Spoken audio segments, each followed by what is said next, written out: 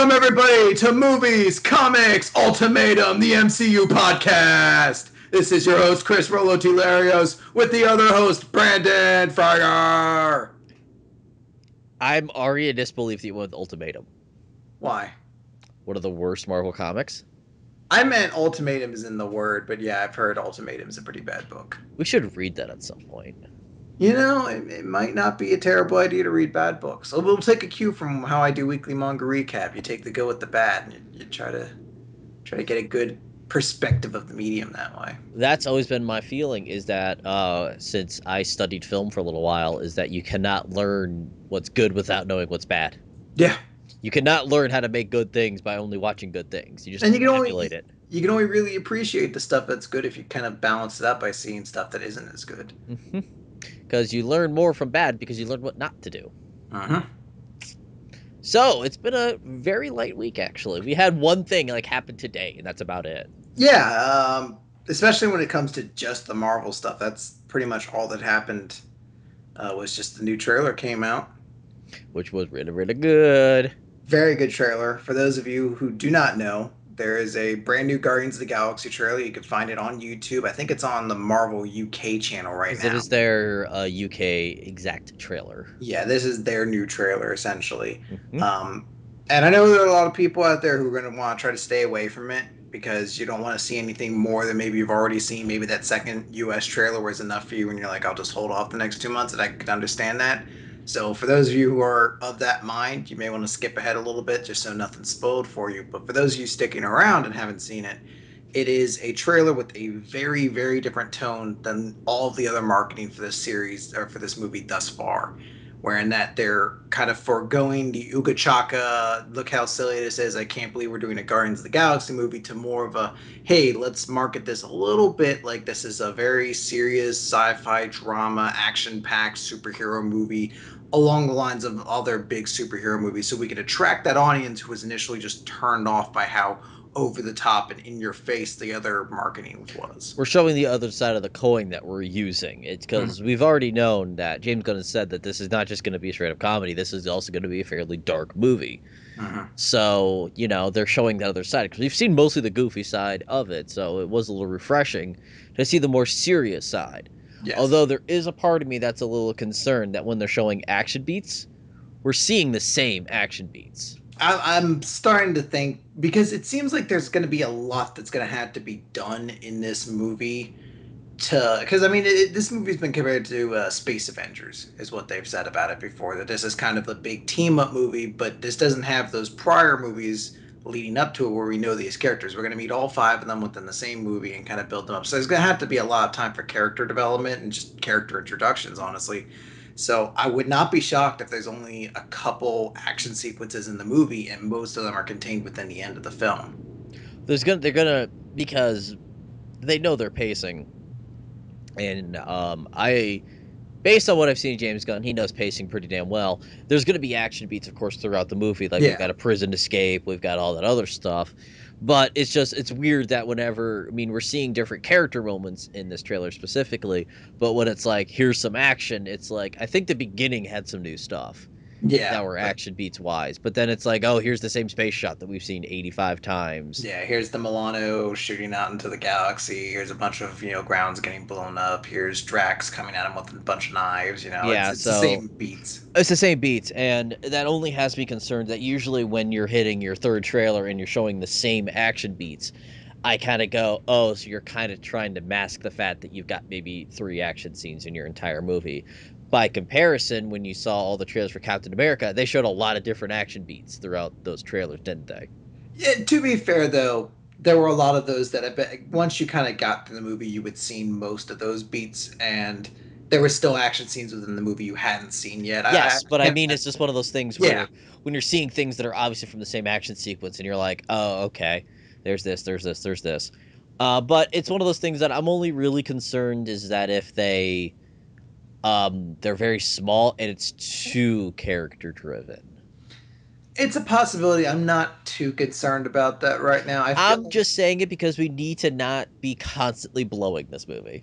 Are you sure? Because I could just blow it right now if you want. I'm pretty damn close to doing that too, especially after this trailer. But I need to have some kind of a negative thought No, about it. it is a fair point that there should be still some expectations pulled back on this movie because one, going into it with too high of expectations is just going to lead into disappointment. That was what happened to me the first time I saw Captain America. I had to see it a second time.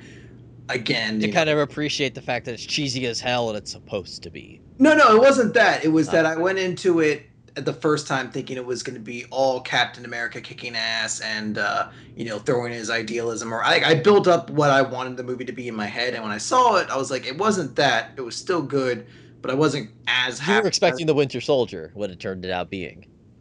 In a way, I basically just had to see it again to appreciate what I had saw because I built it up in my mind too much the first time through. Mm-hmm. And seeing it a second time with, because now I'm going into the movie having already seen it, so the expectations aren't there. I just enjoyed it again. I was like, no, that's a really good movie now that I watch it again. And that's kind of what I need to do a little bit with Guardians. I want to make sure I pull myself back a little bit because if I'm just like, oh, it's going to be super awesome, they're all going to be hanging out, Rocket's going to be super funny.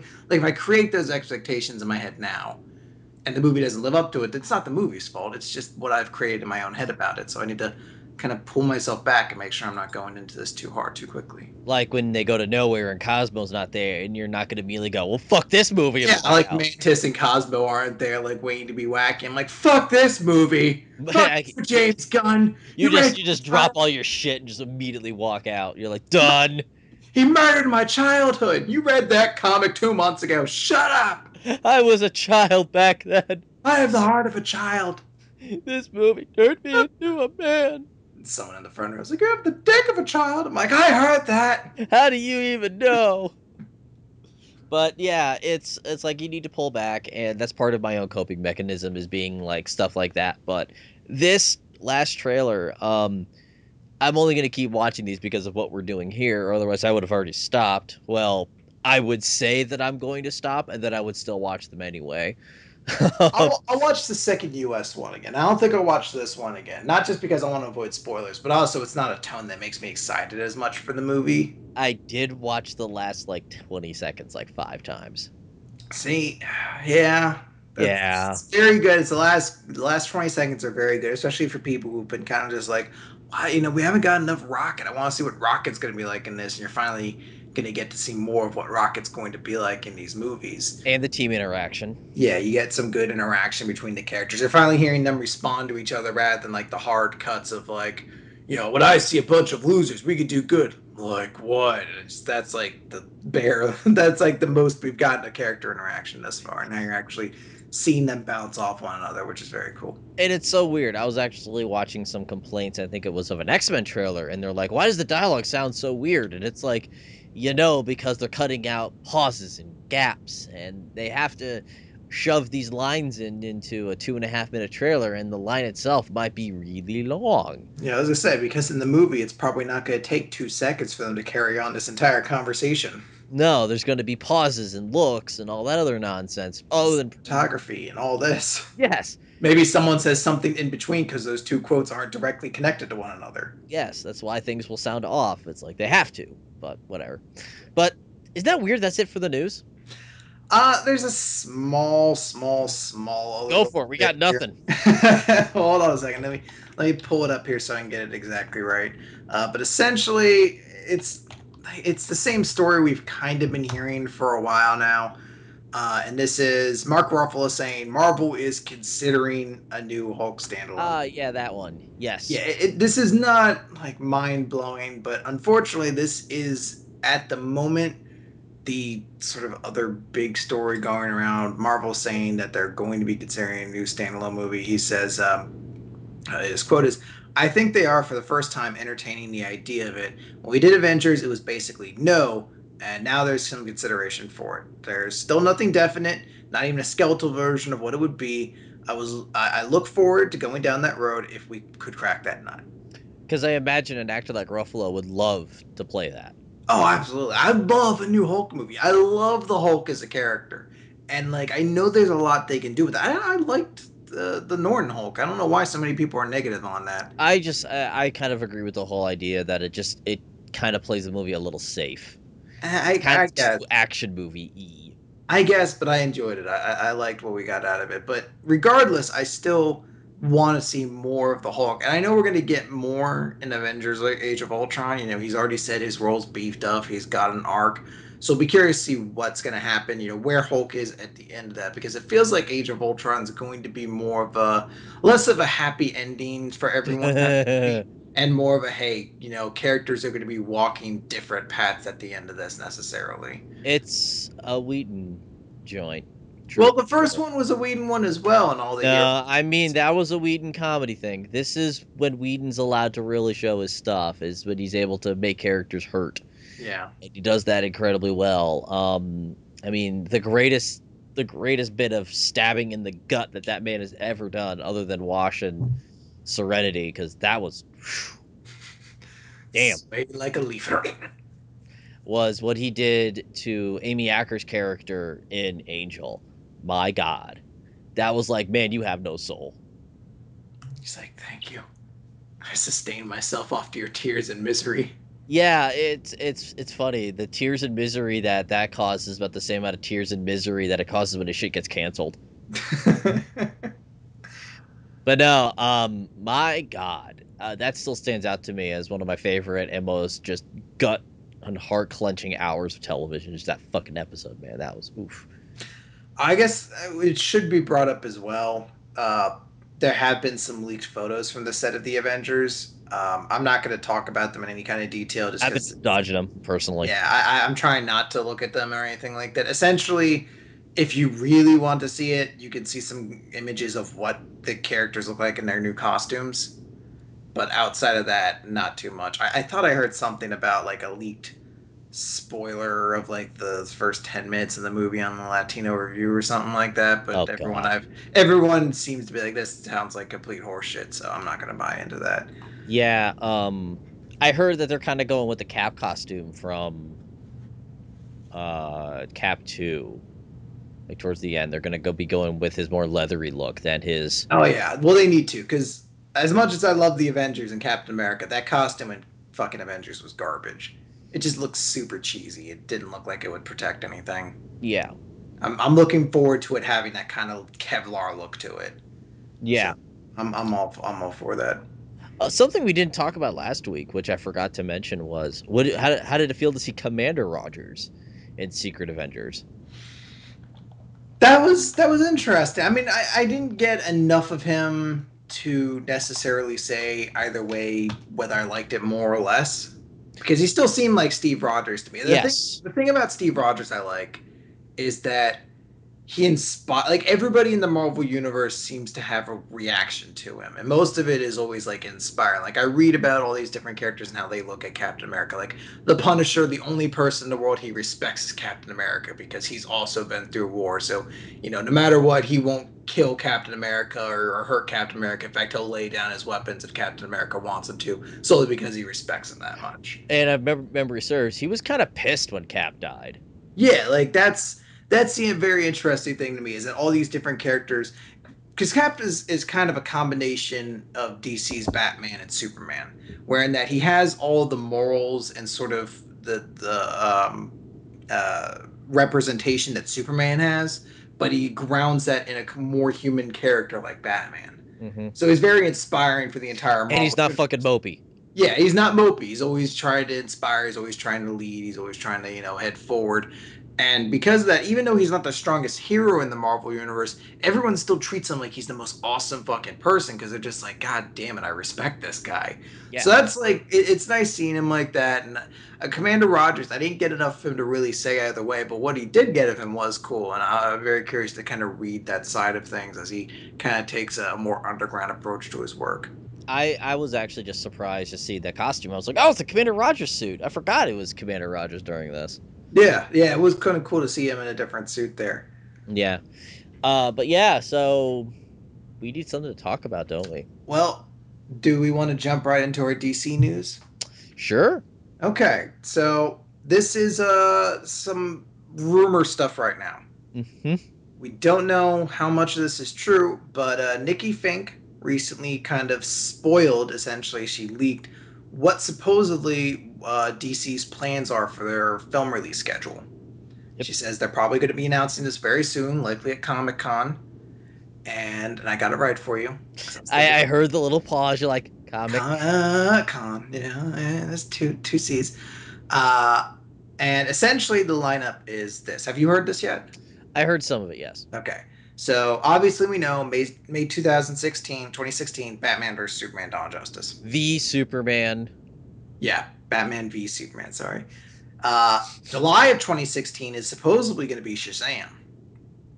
Then Christmas of 2016 is Sandman. I think Joseph Gordon-Levitt's attached to that. I want to say he's attached to it. Maybe someone else is. That means I have to watch it. Well, it keeps going because then we knew that Justice League was going to be coming out like very soon afterwards, 2017. So 2017, May of 2017, that's when Justice League comes out.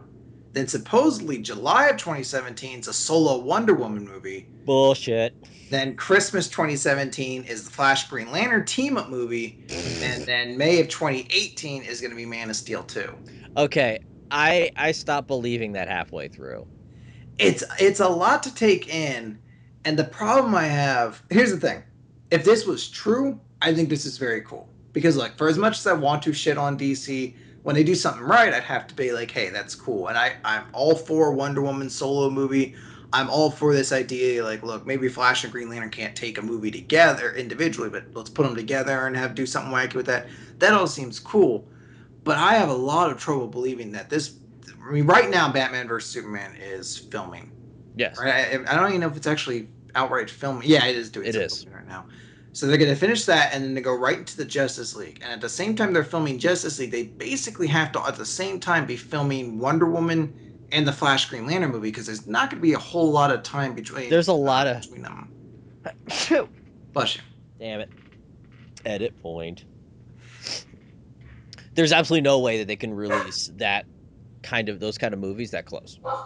Yeah, there's very little, because I mean, here's the thing. Marvel at times has mentioned there's like maybe a little bit of interest in the company in doing 3 movies a year, but they're like, we really don't want to because that's a lot to have to keep up with. But I mean, it's not just that. It's the fact that if you look at the way Marvel structures their things, they try to maybe have one actor doing something continuous. That's what I mean. Like the closest you get right now is Chris Evans, Steve Rogers, Captain America, finished doing Winter Soldier, doing the promotion for that, which led into him basically starting to film for Avengers, which is going to keep going, finish, midway through next year, and that's when he's going to have to start working. He did the same thing between Cap and Avengers. Yeah, so I mean, I think he had time after Avengers finished before he had to start working. Let me Cap into Avengers.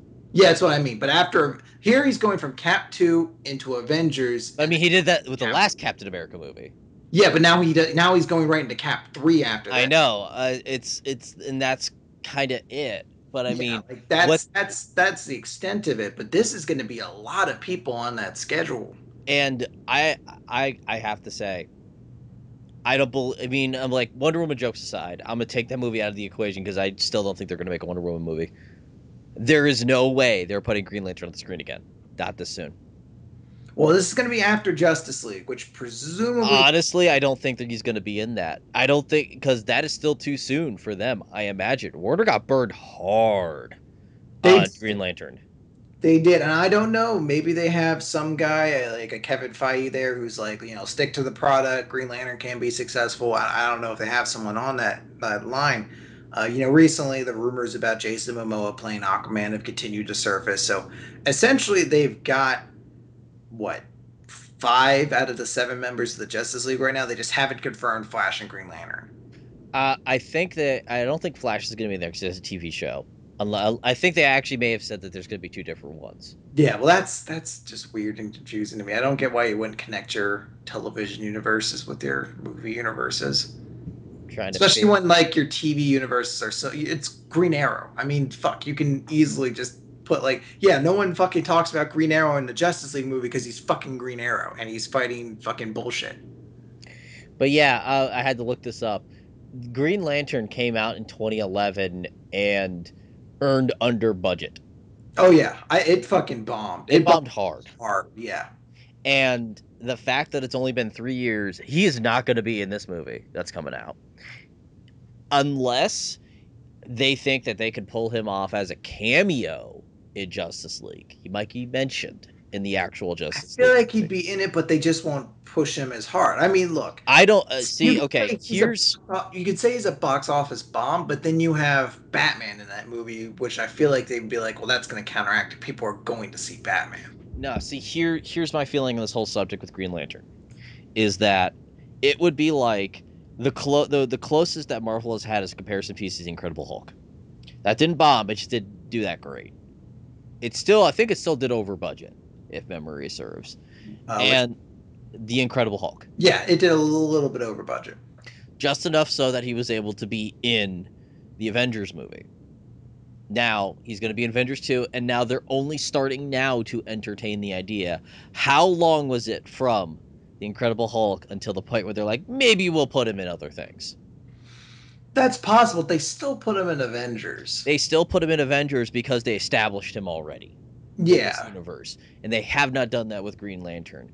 I have a feeling that the smart move for the Justice League movie or the Justice League series would be is to lead up to Green Lantern.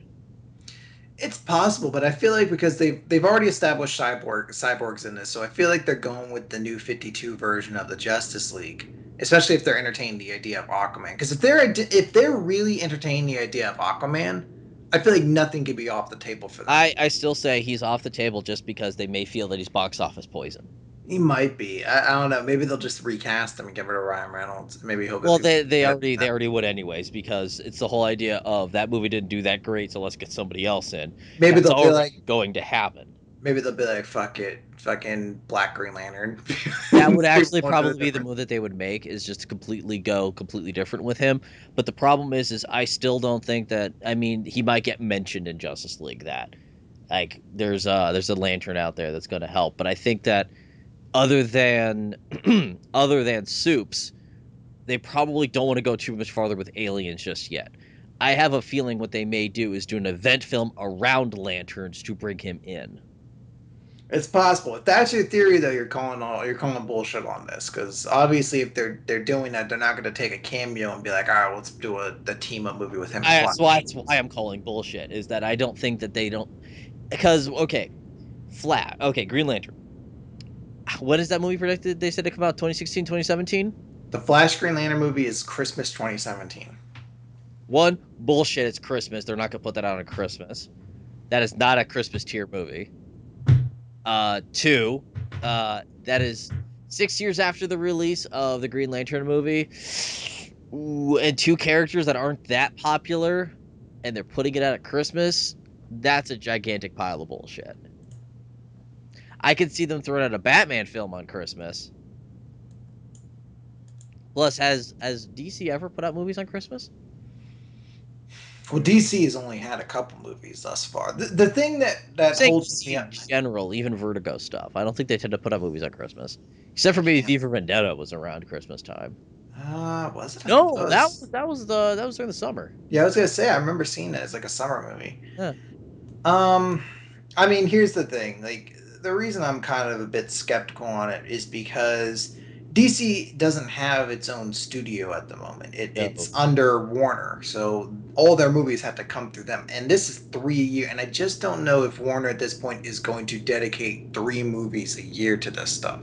Yeah, I was also picking up the 3 movie thing, and that's not going to happen. I mean, I was just focusing on the whole Green Lantern Flash team-up movie, which that, even in great circumstances, I can't see that happening.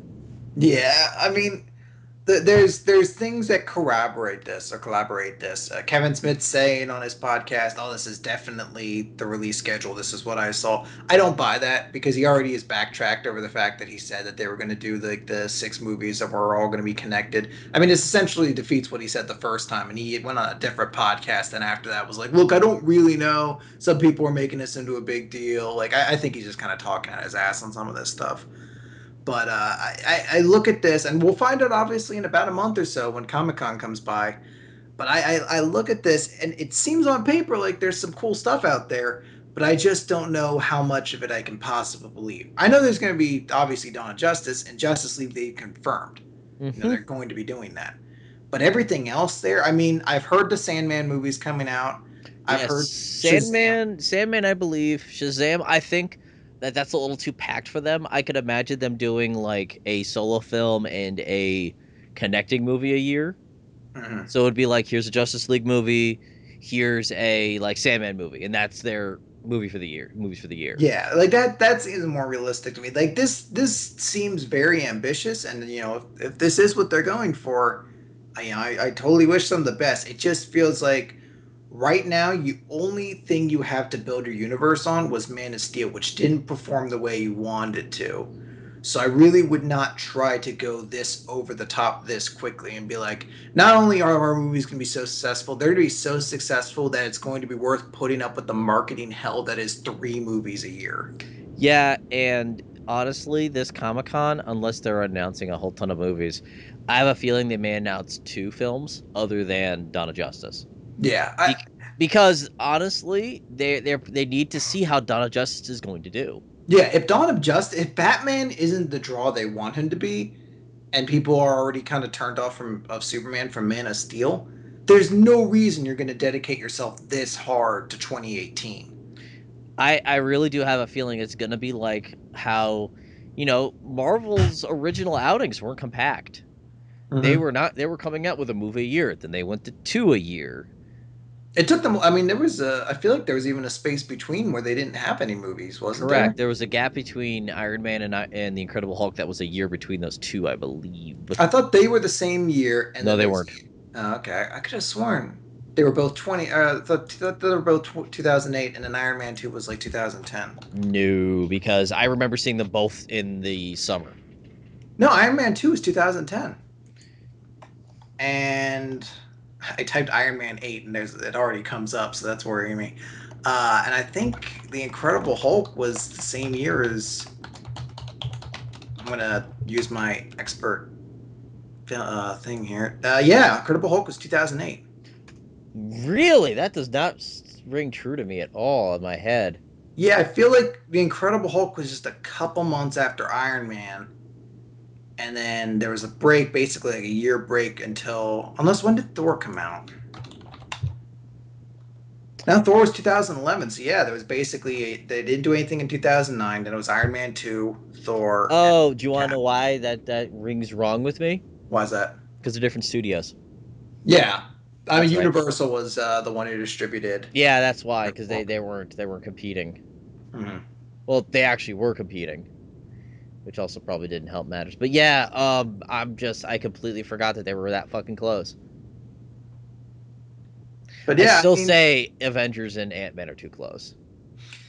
well, now I thought they were no. It is going to be what July for Ant Man and Avengers 2. Well, I can understand why they're doing that because they want to help Ant Man in their own way. I don't think they're worried about Avengers cannibalizing Ant Man. I think they're like, look, 2 months later, most people have seen Avengers by this point.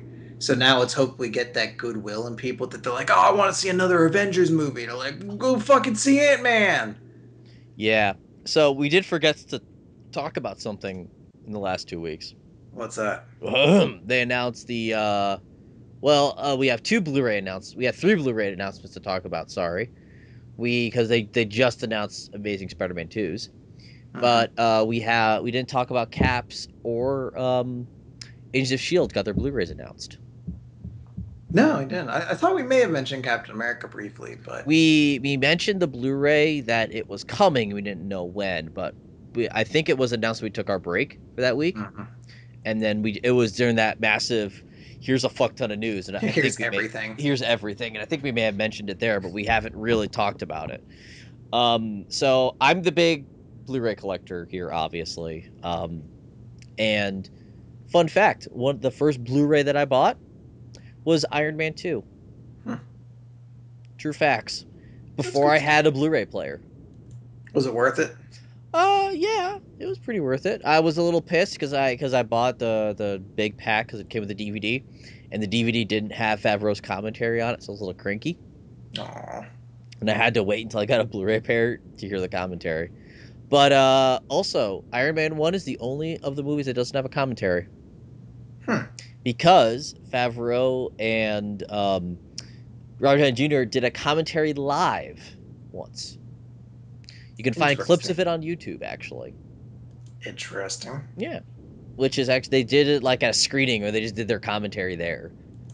I'm like, that's kind of neat. And you can catch some clips of it. I think someone actually ripped the audio track out, but whatever.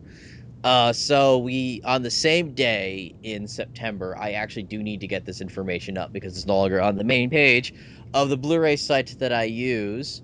That Captain America, the Winter Soldier, there we go, I finally clicked on the right one, is coming out September 9th. And as I said, same day is Avengers, Agents of S.H.I.E.L.D., which is coming out, I think, no, it's coming the same day, but I think that the Blu-ray cover of that's really nice, actually.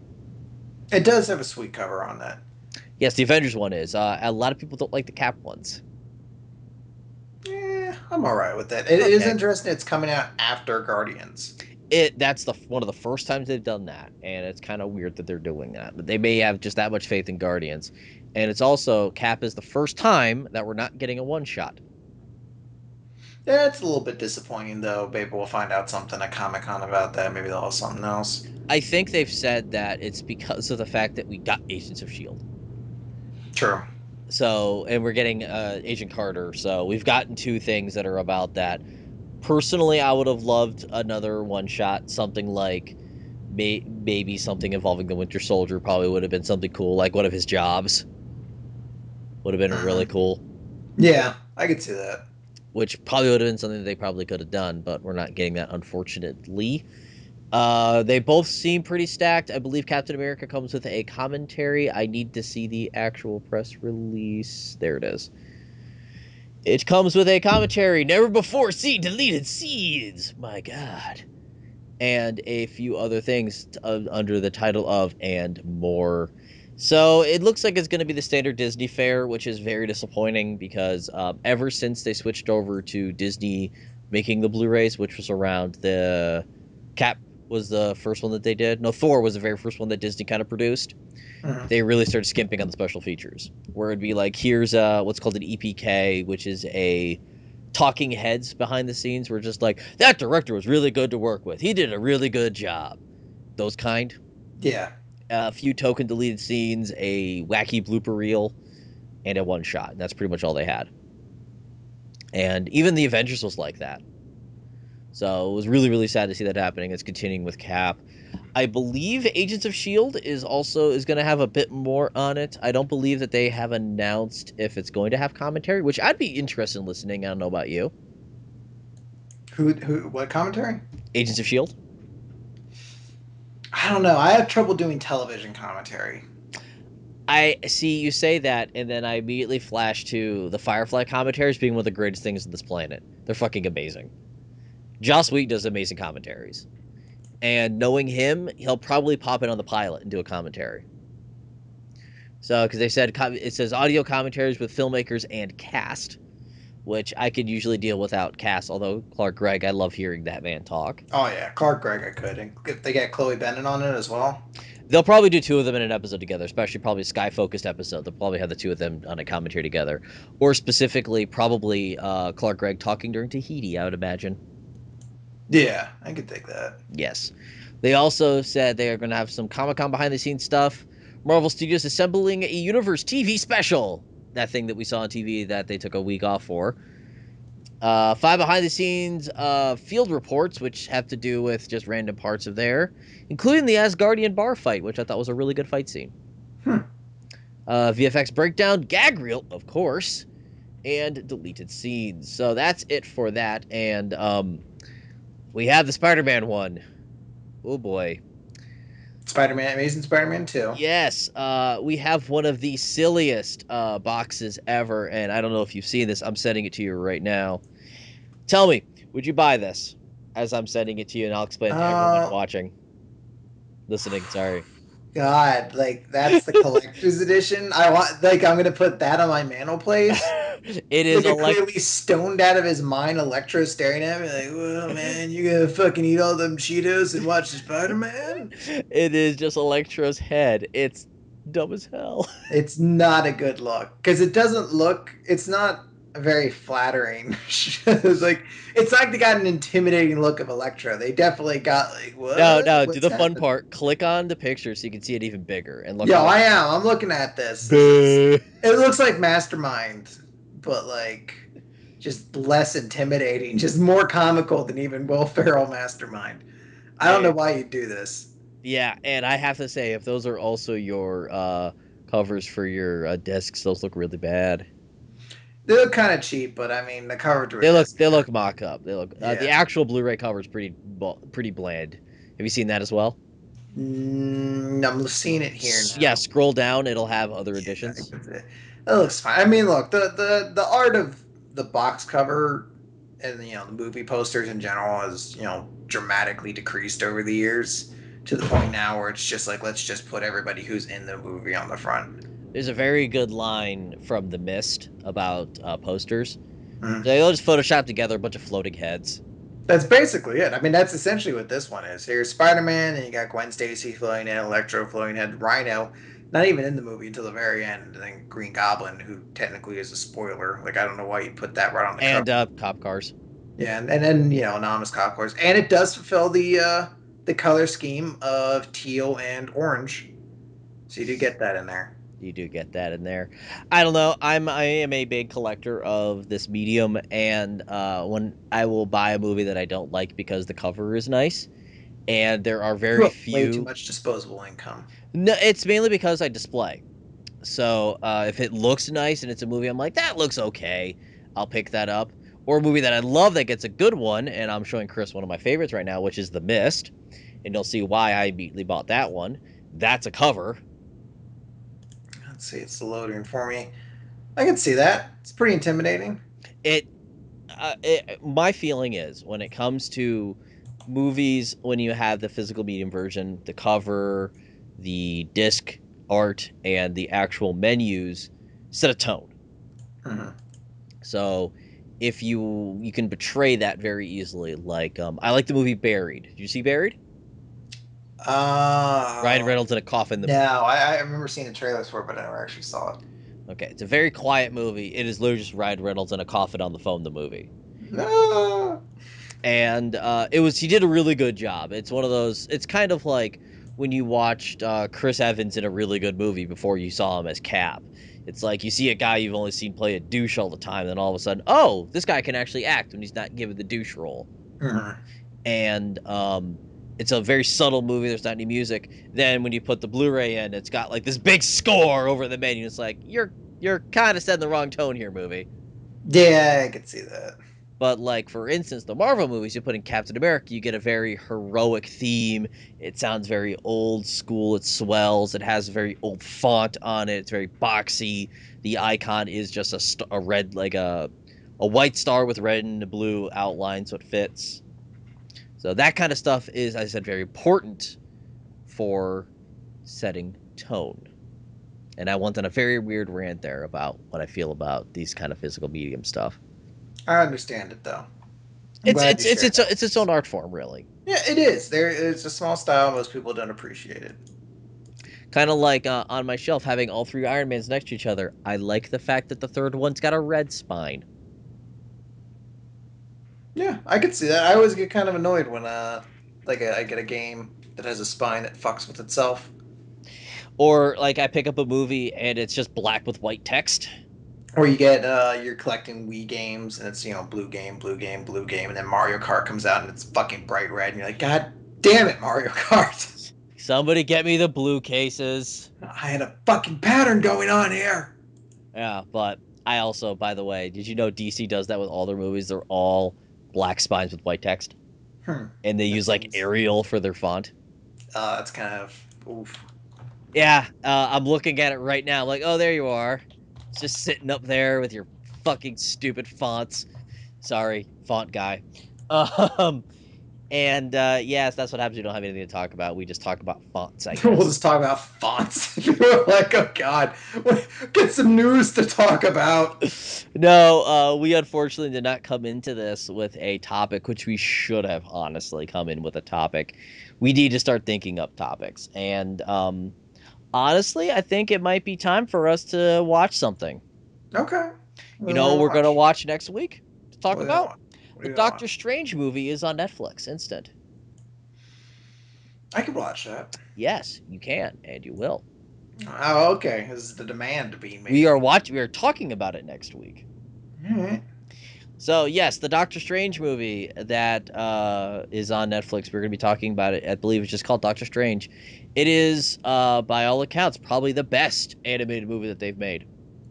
Which I've heard is a not stellar bar. I've not heard great things about Marvel animated movies. DC ones I've heard are always vastly superior. They are, except I think that what happens is that most of the time the Marvel ones are just kind of meh. Whereas when DC hits, it hits fucking hard, and when it fails, it's awful. It's really bad. Other than the Marvel anime line, which I heard was atrocious. I know that they had a manga line that was pretty bad. They did an animated one too. Ooh. It was Wolverine, of course. Well, who else would it be? Anyone else? No. Has to Let me actually look that up so I can see. Animes. I actually typed in animes. Marvel anime. Wikipedia. Well, that's always how I make fun of it. It's to animes. It has Iron Man, Wolverine, and X-Men, and Blade. They did have, well, they were technically TV series, and I've heard that they're all really bad. I kind of want to watch these now. Although I've heard the Wolverine one is really bad. You enjoy those. Although the movies I heard, the first movie, Iron Man Rise of Technovore, is pretty bad. But I have heard that the second one is decent. I could dig. Yeah. Although for some reason in the both of them have the Punisher in them. That seems interesting. I guess, I don't know, maybe they're just appealing straight to adults with that, because Punisher really doesn't seem like a kid's character to me. Well, this is the Marvel to animes, so. I guess. Oh yeah, that's right. Norman Reedus plays the Punisher in both of them. Is that good? Let me just double check to make sure it is in both of them. No, he's in the first one. Norman Reedus, how much of The Walking Dead did you watch? None. Okay, he's the crossbow guy in that. That appears in all the fan pictures, like, my gird, I love Daryl. I don't watch Walking Dead, and I don't catch Walking Dead. He's also from the Boondock Saints. I'm gonna embarrass myself. I haven't seen Boondock Saints. Don't be embarrassed. Don't watch it. You're okay. Okay, good. You are no longer one of you're no. It's like you're like fucking immune to the disease or something. Is kind of what that's like. I can't watch it. Be like, that was the greatest thing ever made. No, it's like bromovie.mp4 is what it is now. Fortunately. But no, that's kind of what's happened with the Marvel stuff. But yeah, we'll talk about that next time, because God forbid we have another fucking dry week like this. But God forbid, like, and you know, the moment we stop recording, like we finish, they'll be like, fucking Chaswick, what's his name from fucking 42, announced his Black Panther, and the Black Panther movie is gonna come out. I still say, if they just said, fuck it, we'll put him in 2 movies, Idris Elba as Black Panther, and forever. I think I'd almost want Idris Elba to be fucking Luke Cage instead. Almost, but you gotta admit, imagine how awesome he'd be as Black Panther. I'm a Wire guy at heart, so seeing him back in the streets, that's what I secretly want in my heart. I know you secretly want that in your heart, but imagine him as Black Panther.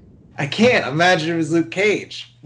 Stop imagining him as Luke Cage and imagine. I can. He's so hot. I know. It's Idris Elba. It's okay.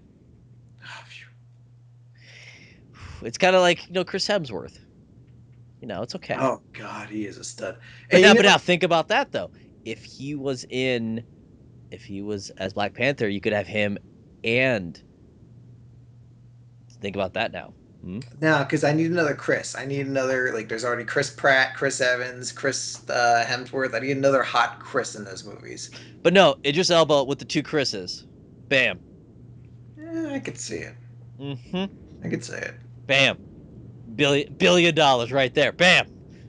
billion, unless they get shirtless and they're just like, everyone come see this movie. Come, cause it's the three of them like oiling each other. Yeah, it's essentially softcore porn, just under the premise of being the new Avengers movie. You So know what?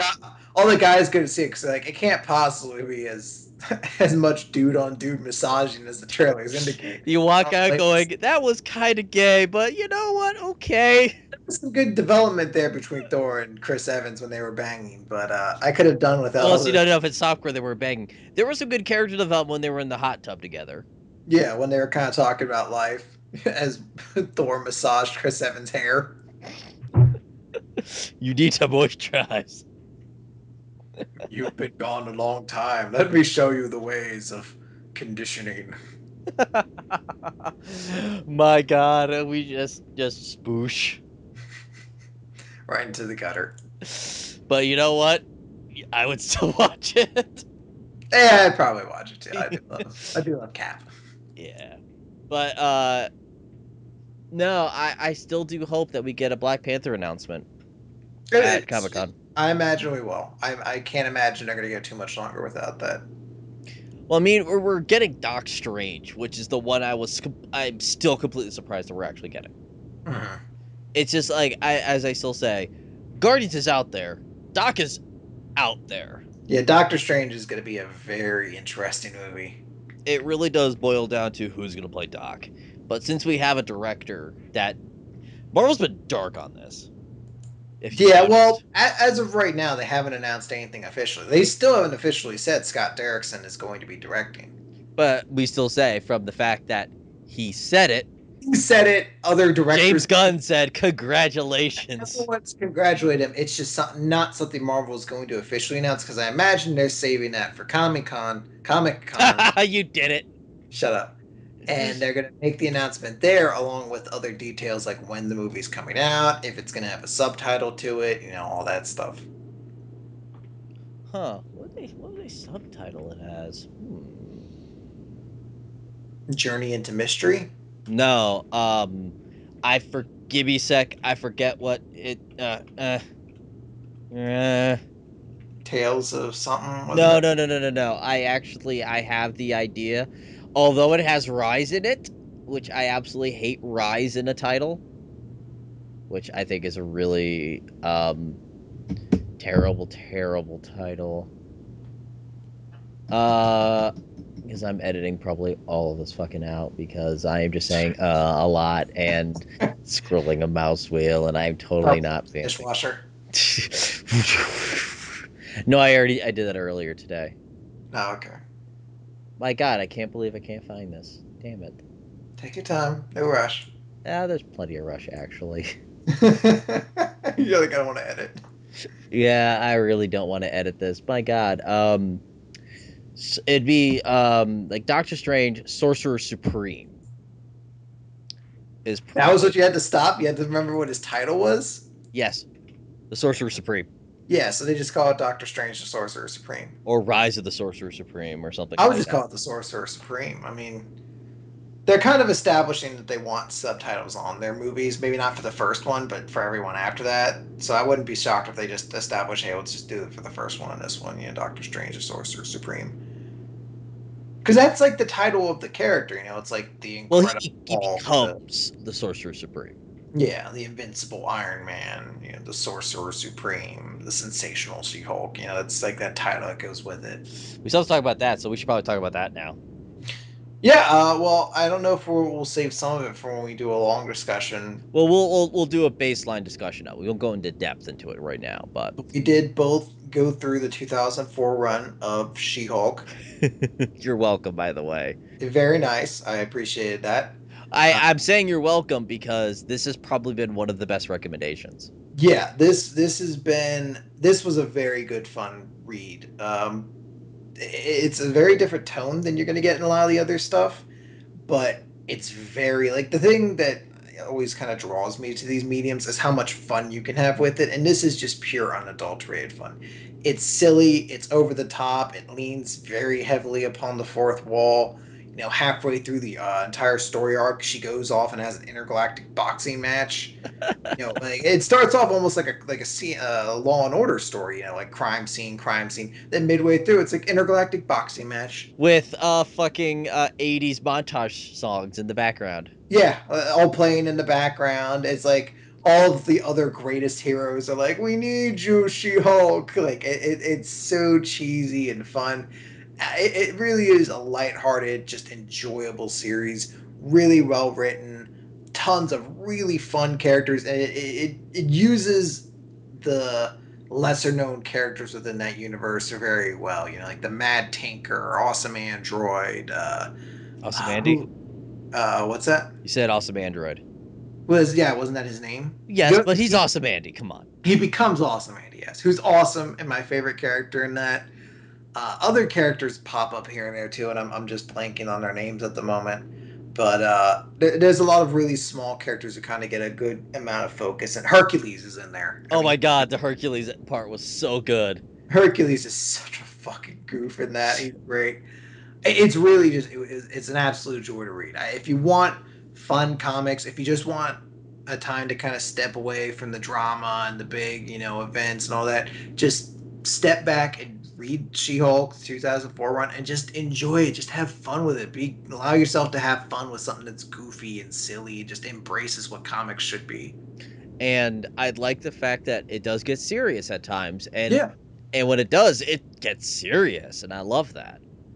Yeah, I mean, this isn't like parodying comics. It's an affectionate, love story to them, essentially. Like, here's what comics should be. They're silly, they're fun, and, there's drama to it. There's character growth. There's an arc. There's a nemesis in it, I do love that when she's first introduced, she just decks her, like, across, like... Oh, yeah, fucking across New York.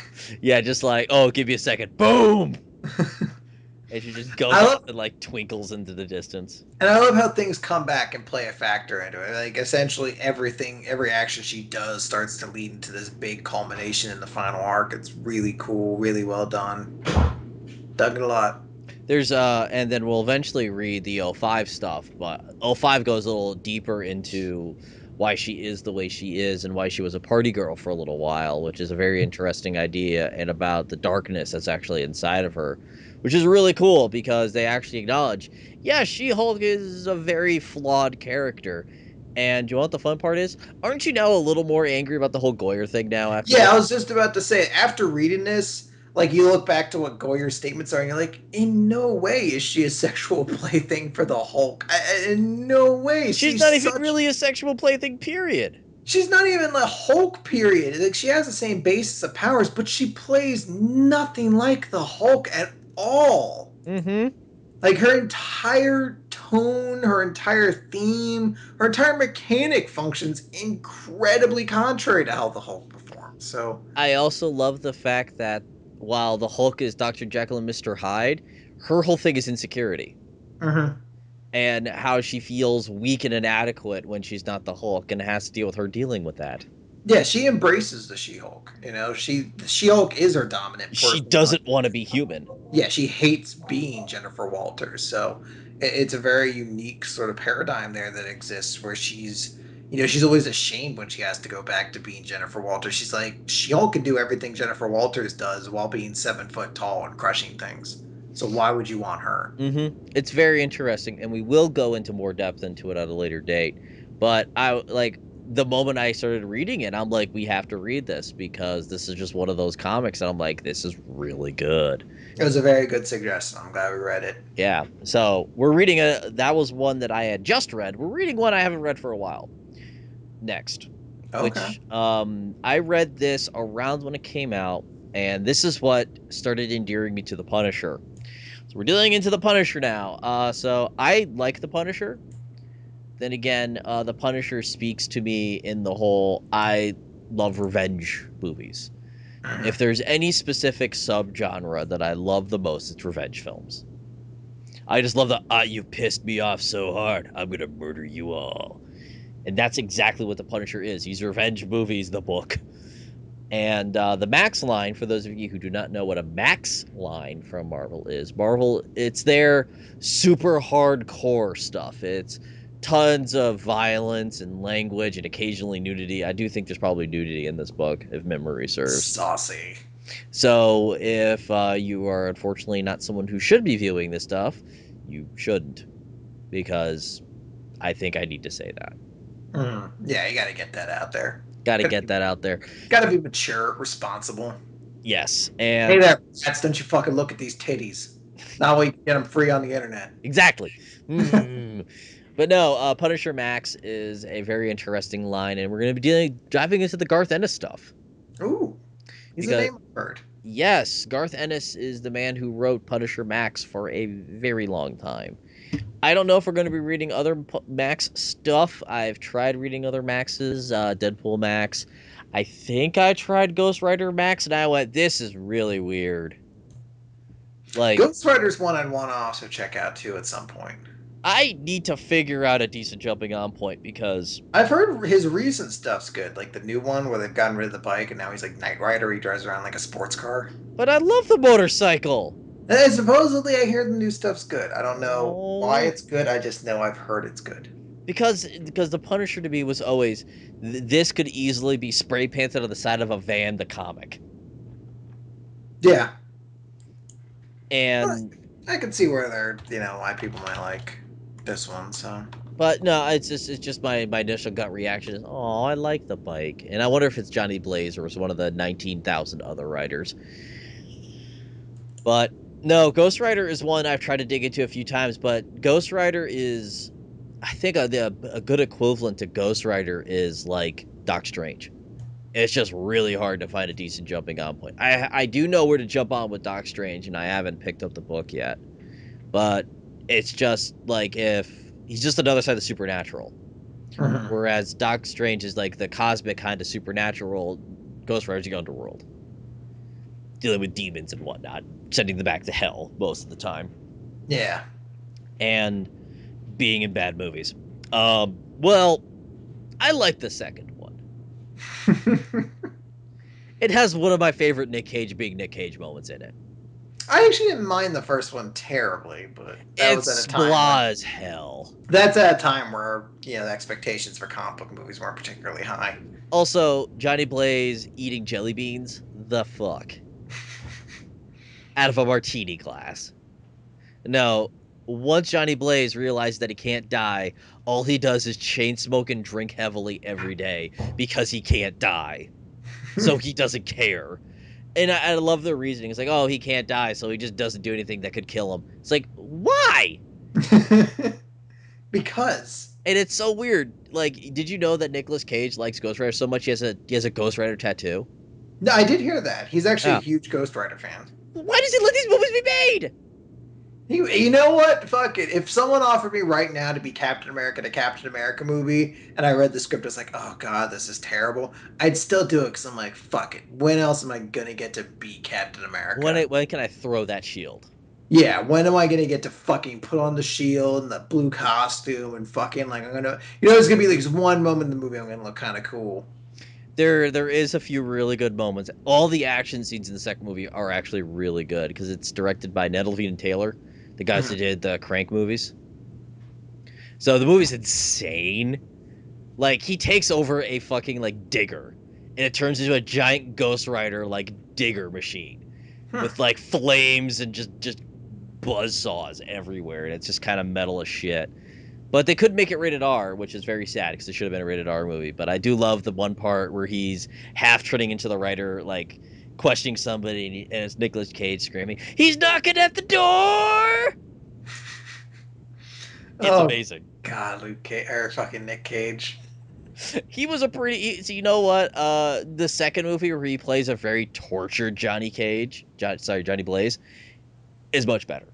Yeah, I can dig that. Yeah, so maybe we'll watch that movie at some point. No, okay. Okay. We'll see it at some point. No. I would rather watch that again than Elektra. I like the tattoo guy in Elektra, so I might want to see it again just for him. But Elektra was fucking awful. Yeah, but I like that tattoo guy. So what? It was still fucking awful. A 5 second scene. I could see Jennifer Garner half naked in other movies. I don't care. There's easier movies to watch her in than Elektra. Let's be honest. Yeah. I would rather watch Ghost Rider: Spirit of Vengeance than Elektra again. I'd rather watch that again than X-Men Origins again. Mm. Honestly, and this is gonna sound weird, I'd rather watch that than the Wolverine again. Really? Mainly because how hard the Wolverine falls apart at the end. That third act is fucking abysmal. Yeah, at least the third act of Ghost Rider has him in the daylight whipping people to death with his chain and just ripping their souls out. Mm. Though it ends with an incredibly awesome action scene and him literally dragging a person to hell, which is awesome. I think it has to deal with like him trying to save the Antichrist. It's kind of awesome in metal. That does sound pretty cool. Yes, and there is some awesome actors in it actually. Random tangent of Ghost Rider: Spirit of Vengeance. Sorry. I'm trying to remember. There is somebody randomly awesome in that movie. Idris Elba's in it. Huh. Poor Idris Elba. He's in so much garbage. No, he's like the buddy cop to Johnny. He's like the buddy cop to Nick Cage. I maintain my point that he's in a lot of garbage. He does have a really sweet action scene where he's like thrown off a motorcycle and like in slow-mo kills guys as he's falling. Mm-hmm. And it's Idris Elba. Come on. I completely forgot that he's because I remember there's somebody really awesome in this movie, and I'm like, oh my god, it's Idris Elba. He keeps popping up in everything. My god. Oh my god. My god. But that's and Christopher Lambert is like randomly in it too. So yeah, the book we're reading is the very first volume of Punisher Max, which I closed the tab, so I forgot what it is in fact titled. Sweet typing action in the beginning is what it is titled. There is a prequel comic, I believe it's technically a prequel, that came later, which is called Punisher Max Born, where they go into more depth about how he became the Punisher during Vietnam, actually. Mm-hmm. But it's not required reading. The only thing that really happens in Born, because the problem is Born is crazy out of print, it looks like, because when we were first doing the show in the second episode, I was actually going to recommend Punisher Born, but I saw that the cheapest like book is like new version of the book on Amazon's $30. So yeah. But yeah, Punisher Born has to deal with the Punishers in Nam, and he doesn't think he's gonna. He doesn't want the war to end. He's having too much fun killing, so he makes a deal with the devil, or what he believes is the devil. They're very fishy on who he's actually dealing with. Usually in the Marvel Universe is Mephisto. Their devil. Yeah, that's their Satan, essentially. Yes, who the Ghost Rider comes from is Mephisto. And the devil says, yeah, are you sure you want this? Because, the world will never end. And he's like, okay, I'll do this for you, but I need something from you. And you're not going to know what it is, but I'll let you know before it happens. And he goes, okay. So the war's over. He's flying home. He gets off the plane. Mephisto stops time. And he goes, I'm going to kill your family. Your family is punishment for is actually the token for having this war never end. Enjoy your day. And that's how the book ends. That's actually, it just reminded me of something I forgot to mention when we were talking about She-Hulk. I guess maybe I could just save it, but I forgot to mention that she has a very unique way of interacting with villains in that series. Yes, I love that. It's a very unique take to it. I appreciate. But no, so that's Punisher Born in a nutshell, and I believe they go over that briefly in Max Part 1, but Part 1 came out before Born, so whatever. And more recently, they say that he fought in Desert Storm as opposed to Nam. Nam seems so intrinsically tied to that character, though. I think Desert Storm is they're actually now, I think they might start bringing in more recently the Iraqi conflict or Afghanistan. I guess it has to deal with the fact that it was a dirty war. Yeah, it has to come into that, because that's the big thing I've heard why Cap is the way he is and why Punisher is the way he is the two wars they fought in. Cap is intrinsically tied to World War II, and they have an easy way to keep him tied to that is just, for whatever length of time they need him, he was just frozen until that time period. But Punisher, I feel like he has to be, he has to be tied to whatever war, and I feel like Vietnam is the right war for him, but maybe you could push him into the Iraqi conflict, and The he Desert might go Storm with still that. kind of works. I guess. Because the way that they can do that is that they started him off as more of a grunt, and now he's a special forces operative, which makes a lot more sense for his character. Mhm. So if you toss him into any kind of special ops thing where he's doing missions that don't feel right, they have an easy way out because I think he was a SEAL at one point. So there's that, and it makes sense for his character why he's so good at murdering the shit out of people, Yeah, why he's so good at fucking killing people. stabbing them in the face. Fun fact: one of my favorite things ever is the Punisher video game. I do remember that game actually being pretty good. The fact that it was also Brain completely lost me. Thank you, Brain. Brain, go bye-bye now. Brain's like, Boo! Close the show down, Tiger. I'm going to bed. you need to go talk about movies with somebody else. Thomas Jane did the voice acting in the game. Oh, okay. He's the And one everybody likes. you know what? I don't mind the other guy, honestly. Which I can't remember his name because I never watched the shit that he's from. Ray Stevenson did it in Warzone. And I actually liked Warzone. I liked Warzone a lot better. But no, Thomas Jane did a really good Punisher, and he wanted to do the Punisher again, and they just went. So They pooped on him. they did. They pooped all over him because he said he didn't want to keep working out so he could look like the Punisher. And it was like after he said that, they're like, we're making a new one with a new Punisher actor, and it's like, son of a bitch. Ah, shit. God damn it. Ray Stevenson did a pretty good job, but no, Thomas Jane did a pretty good job in that game. And that game is just brutal. Like the fucking environmental kills where you're like drilling dudes in the head with a power drill, throwing them on a table saw. Mm-hmm. Yeah, I think at one point you'd microwave at one point. Yeah, there was some pretty violent kills in that. Very Punisher like, you could say. Yeah. So yeah, are you kind of excited about digging into the darker world that we have? Punisher's a character I'm interested in. I'd like to kind of get a look at him. Like I was with She-Hulk, I'm just kind of curious to see what the tone of this character's like, what it's like to read his stuff. Yeah, you're gonna. I may want to bring in some of the regular 616 stuff into this. So like Punisher War Journal or just straight up Punisher, so you can see the contrast between regular Punisher and Max, where Max he's very uncompromising. He's the version of the Punisher I like to see, where he's just a guy who walks into a room and go, "You're a drug dealer," blows his head off. Just no, you're done. Mm-hmm. You're killing people. I don't care. You're done. You had your chance and you squandered it. You're dead. That's the Punisher. He seems like he's a fun guy. Yeah, he is. So that's going to do it for us today, and I was totally not trying to pad this out at all. Not at all. I couldn't tell. At all.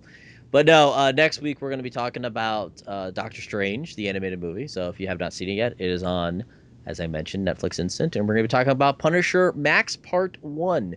Did you look that up on Comixology as you normally do? Let me check it out real quick. Sorry there. That's okay, because I know it's on there. I just didn't know how much it was. Let's see. Ooh, Harley Quinn, you naughty girl. You Punisher Max. Let's see here. The Untold Tales of Punisher Max. It's called In the Beginning. Oh God, it's always tough to tell here. I'm gonna go with this one here. No, I don't think it's this one. I know how it looks, so Punisher Max. What's the cover look like? he's like tying a headband. I don't see it on here. Series. I remember it being under something really, really fucking stupid, which is why I remember hunting it down on here and being like, where the fuck is the Punisher? He did mention it's Max. So let me click Max. Let me see if I can find it off that. Let's see, and then Punisher. gonna be on the next page. What year was it? 06. 6. Let's see if it's this one, or if it's not this one, it might be the other one.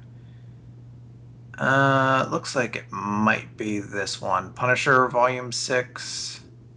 Yeah, because Volume 4 is not it. Okay, then it must be Volume 6. The second volume, or the second issue has him. It looks like he's... Yes. It doesn't look like he's tying a bandana. It looks like yes, he's this got... is the correct one. Is Punisher Volume 6. Those look like the Okay. individual issues. So Yep. they do not have a trade, it looks like. So there you go. They don't have the trade of it, but you can get all the individual issues, $2 a pop. And there might still be a trade out there. You said you saw it on... The trade is on Amazon for $11.58, and it is the first 6 issues. There you go. There you go. So now you can read up on the Punisher as well as we are. And we will see you guys next week where we'll actually have a topic. Hopefully. Well, we do. We are talking about fucking Doc Strange. Yeah. Yeah. We're not gonna. What if Netflix shuts down? You know, we're not gonna be doing like surface area shit like we did with She-Hulk. We're actually gonna talk about it. All right, fair enough. Okay, I'm excited. Get off my dick. Maybe later. So, see you guys next week. Bye.